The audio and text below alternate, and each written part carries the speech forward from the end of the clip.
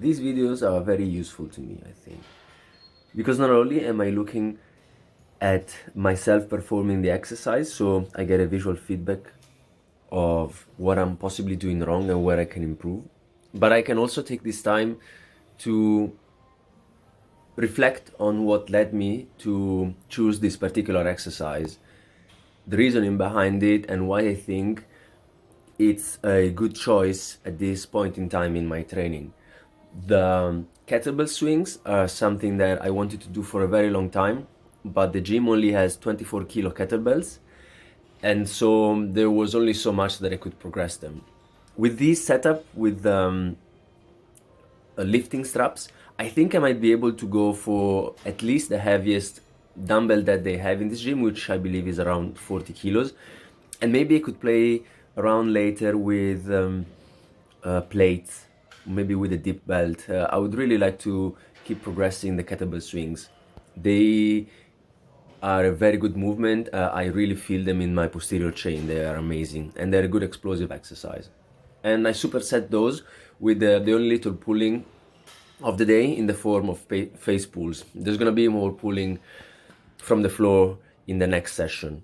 Now, the idea behind this overall training program was that to be able to move in all possible and relevant planes of motion that I was evaluating. So I was doing a bit of posterior chain with an emphasis on the hips with the kettlebell swings, and I did some upper back pulling. Mainly, it's an isolation exercise, but it is what I'm gonna do for the upper back this time around. Then it was a hip and knee flexion exercise, which was the squat. The previous day was the front squat, and the easier one, the accessory one, is gonna be the walking lunge. So I'm gonna be rotating these around to try and make it as easy as possible on recovery. And again, in a superset fashion, hanging leg raises are gonna be the core choice on a session like this. And now, volume stuff, mainly for the posterior chain. I did some explosive stuff, so getting some static volume in there with some heavier weights in a plane of motion that I really like. Allows me to keep my low back straight while getting a good contraction and a stretch on the hamstrings. Really good exercise.